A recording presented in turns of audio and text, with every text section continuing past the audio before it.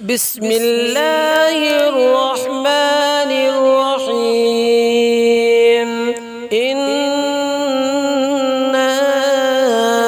أَعْطَيْنَاكَ الْكَوْثَرَ فَصَلِّ لِرَبِّكَ وَانْحَرْ إِنَّ شَانِئَكَ هُوَ الْأَبْتَرُ۔ ترجمہ کنز الایمان۔ اے محبوب، بے شک ہم نے تمہیں بے شمار خوبیاں عطا فرمائیں، تو تم اپنے رب کے لیے نماز پڑھو اور قربانی کرو، بے شک جو تمہارے دشمن ہیں وہی ہر خیر سے محروم ہیں۔ برادران اسلام، قرآن کر رہا ہے ثنا آپ کی حضور، اس سلسلے کے ساتھ ایک بار پھر آپ کی خدمت میں حاضر ہیں۔ تفسیر سراج الجنان۔ انا اعطیناک الکوثر۔ اے محبوب، بے شک ہم نے تمہیں بے شمار خوبیاں عطا فرمائیں۔ کوثر کی تفسیر میں مفسرین کے مختلف اقوال ہیں۔ ان سب اقوال کا خلاصہ یہ ہے کہ اے محبوب، بے شک ہم نے تمہیں بے شمار خوبیاں عطا فرمائیں اور کثیر فضائل عنایت کر کے تمہیں تمام مخلوق پر افضل کیا۔ آپ کو حسن ظاہر بھی دیا، حسن باطن بھی عطا کیا، نسب عالی بھی، نبوت بھی، کتاب بھی، حکمت بھی، علم بھی، شفاعت بھی، حوض کوثر بھی، مقام محمود بھی، امت کی کثرت بھی، دین کے دشمنوں پر غلبہ بھی، فتوحات کی کثرت بھی، اور بے شمار نعمتیں اور فضیلتیں عطا کی جن کی انتہا نہیں۔ آیت انا اعطیناک الکوثر سے حاصل ہونے والی معلومات۔ اس سے 5 باتیں معلوم ہوئیں۔ نمبر 1، اللہ تعالی نے اپنے محبوب صلی اللہ تعالی علیہ وآلہ وسلم کو کوثر عطا کر دی، کیونکہ یہاں یہ نہیں فرمایا گیا کہ ہم آپ کو کوثر عطا کریں گے، بلکہ یہ فرمایا کہ بے شک ہم نے آپ کو کوثر عطا کر دی۔ نمبر 2، اللہ تعالیٰ کی اپنے محبوب صلی اللہ تعالی علیہ وسلم پر یہ عطا ان کے نبی اور رسول ہونے کی وجہ سے نہیں، بلکہ آپ صلی اللہ تعالی علیہ وآلہ وسلم کی ذات کی وجہ سے ہے، جو شان محبوبیت کی صورت ہے، کیونکہ یہاں فرمایا ان اعطیناک، ہم نے آپ کو عطا فرمائی، یہ نہیں فرمایا کہ اعطینا الرسول یا اعطینا النبی۔ نمبر 3، تاجدار رسالت صلی اللہ تعالی علیہ وآلہ وسلم پر یہ عطا کسی عبادت اور ریاضت کی وجہ سے نہیں، بلکہ ان پر یہ عطا اللہ تعالی کے عظیم فضل اور احسان کی وجہ سے ہے، کیونکہ یہاں عطا کا ذکر پہلے ہوا اور عبادت کا ذکر بعد میں ہوا۔ نمبر 4، اللہ تعالی نے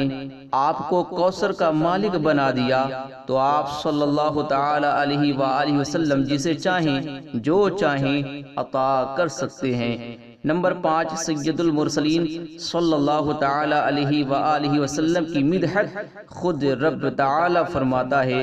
اعلیٰ حضرت امام احمد رضا خان رحمت اللہ تعالی علیہ فرماتے ہیں، انا اعطیناک الکوثر، ساری کثرت پاتے یہ ہیں، ٹھنڈا ٹھنڈا میٹھا میٹھا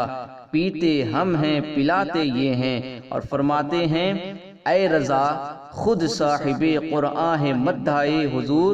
اے رضا خود صاحب قرآن ہے مداح حضور، تجھ سے کب ممکن ہے پھر مدحت رسول اللہ کی۔ فصل لربک وانحر، تو تم اپنے رب کے لیے نماز پڑھو اور قربانی کرو، یعنی اے حبیب صلی اللہ تعالی علیہ وآلہ وسلم، اللہ تعالی نے آپ کو دونوں جہاں کی بے شمار بھلائیاں عطا کی ہیں، اور آپ کو وہ خاص رتبہ عطا کیا ہے جو آپ کے علاوہ کسی اور کو عطا نہیں کیا، تو آپ اپنے اس رب عز و جل کے لیے نماز پڑھتے رہیں جس نے آپ صلی اللہ تعالی علیہ وآلہ وسلم کو کوثر عطا کر کے عزت و شرافت دی تاکہ بتوں کے پجاری ذلیل ہوں اور بتوں کے نام پر ذبح کرنے والوں کی مخالفت کرتے ہوئے اپنے رب عز و جل کے لیے اور اس کے نام پر قربانی کریں۔ اس آیت کی تفسیر میں ایک قول یہ بھی ہے کہ نماز سے نماز عید مراد ہے۔ ان شانئک هو الابتر، بے شک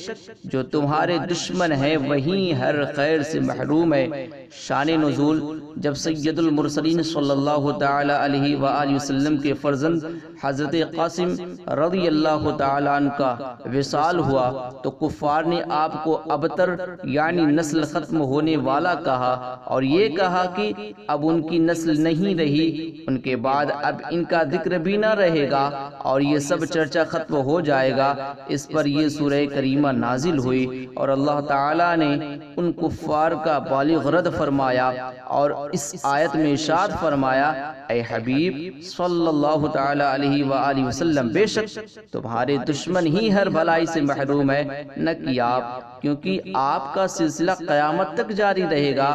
آپ کی اولاد میں بھی کثرت ہوگی اور آپ کی پیروی کرنے والوں سے دنیا بھر جائے گی، آپ کا ذکر منبروں پر بلند ہوگا، قیامت تک پیدا ہونے والے عالم اور واعظ اللہ تعالیٰ کے ذکر کے ساتھ آپ کا ذکر کرتے رہیں گے اور آخرت میں آپ کے لیے وہ کچھ ہے جس کا کوئی وصف بیان ہی نہیں کر سکتا۔ تو جس کی یہ شان ہے وہ ابتر کہاں ہوا، بے نام و نشان اور ہر بھلائی سے محروم تو آپ کے دشمن ہیں۔ اعلیٰ حضرت امام احمد رضا خان رحمت اللہ تعالی علیہ اس سورت کی تفسیر میں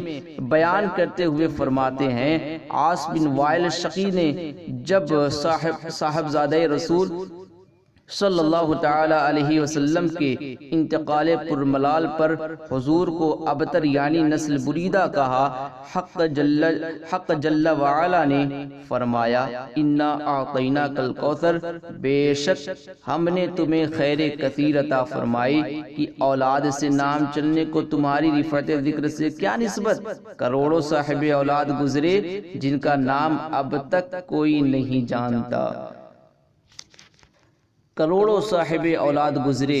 جن کا نام تک کوئی نہیں جانتا اور تمہاری ثنا کا ڈنکا تو قیامت تک اکناف عالم و اطراف جہاں میں بجے گا اور تمہارے نام نامی کا خطبہ ہمیشہ ہمیشہ اطباق فلک آفاق زمین میں پڑھا جائے گا۔ پھر اولاد بھی تمہیں وہ نفیس و طیب عطا ہوں گی جن کے بقا سے بقائے عالم مربوط رہے گی۔ اس کے سوا تمام مسلمان تمہارے بال بچے ہیں اور تم سا مہربان ان کے لیے کوئی نہیں، بلکہ حقیقت کار کو نظر کیجئے تو تمام عالم تمہاری اولاد معنوی ہے کہ تم نہ ہوتے تو کچھ بھی نہ ہوتا اور تمہارے ہی نور سے سب ہیں۔ اس لیے جب ابو البشر آدم تمہیں یاد کرتے تو یوں کہتے، یا ابنی صورتن و ابائی معنن، اے ظاہری میں میرے بیٹے اور حقیقت میں میرے باپ۔ پھر آخرت میں جو تمہیں ملنا ہے اس کا حال تو خدا ہی جانے۔ جب اس کی یہ عنایت بے غایت تم پر مبذول ہو تو تم ان اشقیاء کی زبان درازی پر کیوں ملول ہو، بلکہ فصلی لربک وانحر، رب کے شکرانے میں اس کے لیے نماز پڑھو اور قربانی کرو۔ ان شانئک هو الابتر، جو تمہارا دشمن ہے وہی نسل بریدہ ہے، جن بیٹوں پر اسے ناز ہے یعنی عمرو ہشام رضی اللہ تعالیٰ عنہما وہی اس کے دشمن ہو جائیں گے اور تمہارے دین حق میں آ کر بوجہ اختلاف دین اس کی نسل سے جدا ہو کر تمہارے دینی بیٹوں میں شمار کیے جائیں گے۔ پھر آدمی بے نسل ہوتا تو یہی صحیح کہ نام نہ چلتا، اس سے نام بد کا باقی رہنا 1000 درجہ بدتر ہے۔ تمہارے دشمن کا ناپاک نام و نشان بدی و نفرین کے ساتھ لیا جائے گا اور روز قیامت ان گستاخیوں کی پوری سزا پائے گا، والعیاذ باللہ تعالی۔ اس سے معلوم ہوا کہ حضور پرنور صلی اللہ تعالی علیہ وآلہ وسلم کا اللہ تعالیٰ کی بارگاہ میں مقام اتنا بلند ہے کہ ان کے گستاخ کو اس کی گستاخی کا جواب خود رب تعالیٰ دیتا ہے۔